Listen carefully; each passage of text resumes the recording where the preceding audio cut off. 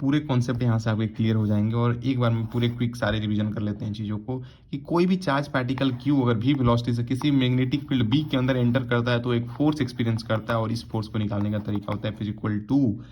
Equal to Q into V cross B. यहाँ पे electric field के अंदर मान लो यहाँ पे इलेक्ट्रिक फील्ड है कोई भी, और इसके अंदर अगर पॉजिटिव चार्ज क्यू है, यहाँ पे मान लेते हैं क्यू चार्ज है, पॉजिटिव क्यू चार्ज, तो ये इलेक्ट्रिक फील्ड के डायरेक्शन में से फोर्स लगता है। अगर यहाँ पे निगेटिव क्यू है तो टुवार्ड इधर लगता है, क्योंकि मान लेते हैं यहाँ पॉजिटिव चार्ज होगा तो ये इलेक्ट्रिक फील्ड प्रोड्यूस करेगा, तो निगेटिव को अट्रैक्ट और पॉजिटिव को रिपेल, पॉजिटिव दूर जाएगा। और यहाँ पे जो पॉजिटिव पे फोर्स लगा होता है क्यू ई, यहाँ पे इलेक्ट्रिक फील्ड तो क्यू, यहाँ पे बस याद ध्यान रखना कि फोर्स ये हो गया मैग्नेटिक, फोर्स इलेक्ट्रिक जो होता है क्यू ई। यहाँ पे वेलोसिटी मैटर करता है, अगर वेलोसिटी जीरो हो जाती है, यहाँ पे भी अगर जीरो है तो कोई फोर्स नहीं लेगा। फोर्स तभी लगता है, ऐसे एक चीज याद रख सकते हो कि जब कोई भी चार्ज मूविंग होता है तो कहीं ना कहीं मैग्नेटिक फील्ड जनरेट करता है, और में मैग्नेटिक फील्ड दूसरे मैग्नेटिक फील्ड के प्रेजेंस में रहेगा तो फोर्स ऑफकोर्स एक्सपीरियंस वहां पे कर रहा होगा।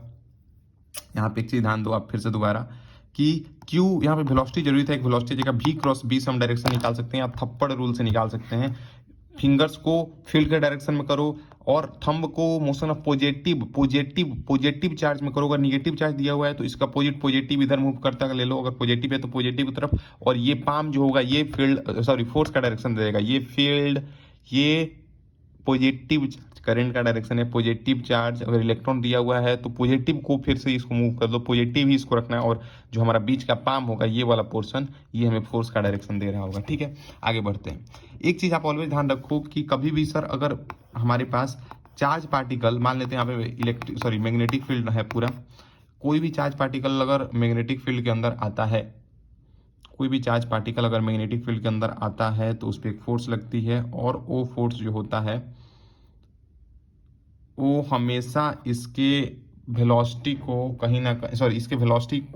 के डायरेक्शन केवल चेंज करता है, स्पीड को कभी भी चेंज नहीं करता है, ये ऑलवेज ध्यान रखना आप। अगर वो अगर कहीं ना कहीं मान लो फील्ड इधर है और वेलोसिटी भी इधर ही होती है, दोनों के बीच में एंगल 0 डिग्री होता है, तो यहाँ पे फोर्स कभी भी नहीं लगेगा, क्योंकि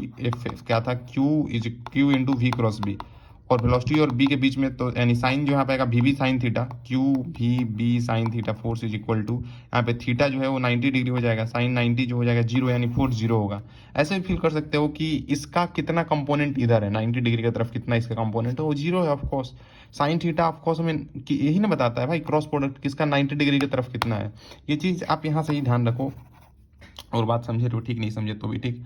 तो ये समझ में आया, यहाँ पे फोर्स 0 होता है, तो जब भी पैरेलल होता है चार्ज फील्ड, अगर इधर मैग्नेटिक फील्ड इधर है तो चार्ज अगर इसके पैरेलल मूव कर रहा है, एंटी पैरेलल मूव कर रहा है, तो ऑलवेज ये फोर्स 0 लगेगा। और अगर चार्ज पार्टिकल मोशन ही नहीं कर रहा है तो भी इस पर कोई फोर्स नहीं लगेगा। किसी एंगल पे मूव करे तो इसका जो 90 डिग्री वाला कंपोनेंट आएगा इसकी वजह से फोर्स लगेगा, क्योंकि ये परपेंडिकुलर है, यही मैं बता रहा था, और इसकी वजह से फोर्स लगता है। और फोर्स निकालने का तरीका बस वही है, यहाँ पे वही रखना भी, बस ये वाला रख दो, वेलोसिटी परपेंडिकुलर कितनी वेलोसिटी है, या भी साइन थीटा भी लिख सकते हो, और यहाँ पे फील्ड की डायरेक्शन ले लो और फोर्स आपको मिल रहा होगा ऑलवेज। ठीक है, अब ध्यान देना, ये मैंने बताया कि काइनेटिक एनर्जी को कभी भी चेंज नहीं करता, यानी work done by magnetic force हमेशा on charge particle in a field जो होता है, मान लो यहाँ पे फील्ड है पूरा, तो फील्ड के अंदर कोई भी चार्ज पार्टिकल पे वर्क डन जो होता है मैग्नेटिक फील्ड के द्वारा वो होता है 0। चार्ज पार्टिकल पे कोई भी वर्क नहीं होगा, यानी काइनेटिक एनर्जी जो इसका इनिशियल होगा फाइनल होगा, इस पर हमेशा परपेंडिकुलर वर्क लगता है, क्योंकि वी क्रॉस बी था ना, Q into V cross B, यहाँ पे वेक्टर क्रॉस प्रोडक्ट है। तो यहाँ पे सर जो फोर्स आ रहा होगा, फोर्स मैग्नेटिक फोर्स आ रहा होगा, मैग्नेटिक फोर्स जो होगा वो परपेंडिकुलर टू वेलोसिटी होगा, और मैग्नेटिक फोर्स जो होगा वो परपेंडिकुलर टू फील्ड भी होगा। तो हमेशा परपेंडिकुलर, अगर किसी हमेशा इसके परपेंडिकुलर ही लग रहा होगा, वेलोसिटी थोड़ी सी आगे बढ़ी, इधर है गया जा रहा है वेलोसिटी, इधर 90 डिग्री फिर से लगेगा, हमेशा 90, यानी इसको सर्कुलर मोशन ये कराएगा, और सर्कुलर मोशन ये कराएगा सिर्फ और सिर्फ। और हमेशा ये चीज ध्यान रखना कि ये कभी वेलोसिटी को चेंज नहीं करता। अब ये जिस रेडियस में मूव करता है उसको निकाल सकते हो सेंट्रीपिटल वाले तरीके से, सेंट्रीपिटल फोर्स और इस वाले फोर्स को इक्वेट कर दो, यहाँ से आएगा आपका M V by Q B, ये ओ रेडियस आता है। एक चीज और एक बार और लिखते हैं, फोर्स जो आता है सर वो आता है M V by Q B, M V by Q B, M V by Q B. यहाँ पे मोमेंटम का ये है तो हम यहाँ पे मोमेंटम भी लिख सकते हैं, मोमेंटम जो होता है वो √2m काइनेटिक एनर्जी होता है, हम ये नोन है तो हम यहाँ पे ये भी लिख सकते हैं। और हम यहाँ पे देखिए टाइम पीरियड अगर निकाले, टाइम पीरियड निकाल सकते हो, 2πr रेडियस मूव कर रहा है, और हमें निकाल देंगे डिस्टेंस बाई वेलोसिटी निकालेंगे तो टाइम आ जाएगा ऑफकोर्स। तो यहाँ पे जब ये चीज़ करते हो, यहाँ पे रेडियस की वैल्यू ये रख दो, सॉरी यहाँ पे रेडियस की वैल्यू आती है, रेडियस की वैल्यू अगर यहाँ पे रख देते हो तो तुमको मिल जाएगा यहाँ से। टाइम पीरियड क्या आता है, वो आता है 2 पाई एम होता है, यहाँ पे 2 पाई हो जाएगा। 2 पाई एम भाई नीचे क्यू बी बचता है, ये वाला क्यू बी वेलोसिटी, ऊपर ये वेलोसिटी और ये वेलोसिटी कट जाएगा, एम ये और 2 पाई एम क्यू बी, तो ये आता है टाइम पीरियड। एक ध्यान देने वाली बात ये है, एक बार और मैं लिखता हूँ दोनों चीज़ों को, रेडियस जो होता है वो होता है एम भी बाई क्यू बी, भर के पी क्यूज में क्वेश्चन है, ये होता है 2 pi M by Q B. एक चीज़ ध्यान देना ऑलवेज कि सर यहाँ पे क्यू बी जो है, सॉरी यहाँ पे जो है कहीं भी वेलोसिटी का और रेडियस का टर्म नहीं है, यानी अगर अगर चार्ज पार्टिकल मैग्नेटिक फील्ड के अंदर आ रहा है तो इससे कोई फर्क नहीं पड़ता वो किस वेलोसिटी, छोटे वेलोसिटी से आ रहा है तब भी उतना ही टाइम में एक रिवोल्यूशन कंप्लीट करेगा, और बहुत तेज वेलोसिटी आ रहा है तब भी उतना ही समय में एक रिवोल्यूशन कंप्लीट करेगा। बस छोटे वेलोसिटी से है तो छोटा रेडियस या छोटा सर्कल बनाएगा, और छोटे रेडियस का सर्कल बनाएगा, और बहुत तेज वेलोसिटी से तो बहुत बड़ा सर्कल बना रहा होगा। बस ये ऑलवेज ध्यान रखना, time period is totally independent. यहाँ से फ्रीक्वेंसी निकालना हो t is equal to 1/f से आप यहाँ पे आराम से निकाल सकते हो, ठीक है ना। लॉरेंज फोर्स क्या होता है, इलेक्ट्रिक फील्ड और मैग्नेटिक फील्ड के वेक्टर सम को ले लेते हैं। हमारे पास इलेक्ट्रिक फोर्स कितना होता है, Q B plus magnetic force कितना होता है, Q into V cross B, इन दोनों का जो वेक्टर सम होगा यहाँ पे क्यू ई होता है इलेक्ट्रिक फोर्स, इन दोनों का जो वेक्टर सम होगा ये हमेशा हमको दे रहा होगा लॉरेंज फोर्स, इसको अपन लॉरेंज फोर्स बोलते हैं, ठीक है। इतना चीज़ क्लियर है। आगे जब आप मूव करते हो तो आपको मैं ये बता रहा हूँगा यहाँ पे कि हम साइक्लोट्रॉन के बारे में देखते हैं, साइक्लोट्रॉन क्या करता है, ठीक है। हमने ये भी चीज़ देख लिया कि अगर किसी एंगल पे आता है, मान लेते हैं मैग्नेटिक फील्ड इधर था, मैग्नेटिक फील्ड इधर है,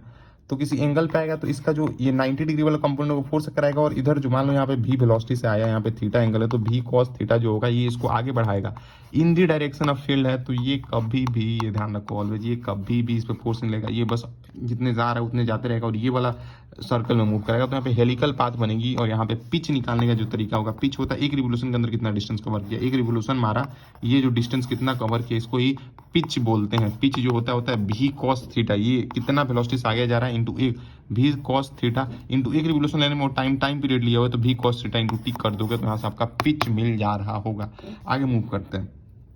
आगे मैं बताता साइक्लोट्रॉन क्या करता है, बहुत हाई एनर्जी, बहुत हाई वेलोसिटी से, अगर मान लो मेरे को एक यहाँ पे चार्ज पार्टिकल था प्लस क्यू, इसको बहुत तेज में चाहता था, बहुत हाई एनर्जी से बहुत हाई वेलोसिटी इसको देना, तो मेरे को ये एक तरीका हो सकता है, मैं बहुत सारी इलेक्ट्रिक फील्ड यहाँ से लेके दिल्ली से लेके लखनऊ तक बहुत लंबा एकदम कर दूँ, हमेशा एक्सेलरेट होते होते होते होते बहुत ज़्यादा वेलोसिटी होगा। दूसरा हो सकता है साइक्लोट्रॉन यूज बनाओ, इसके अंदर 2 डीड होजे हैं और इन पे होता है HF oscillator, high frequency oscillator होते हैं, जो मतलब इधर मैग्नेटिक फील्ड ऑफ कोर्स यहाँ से यहाँ जाएगा तो इंक्रीज करेगा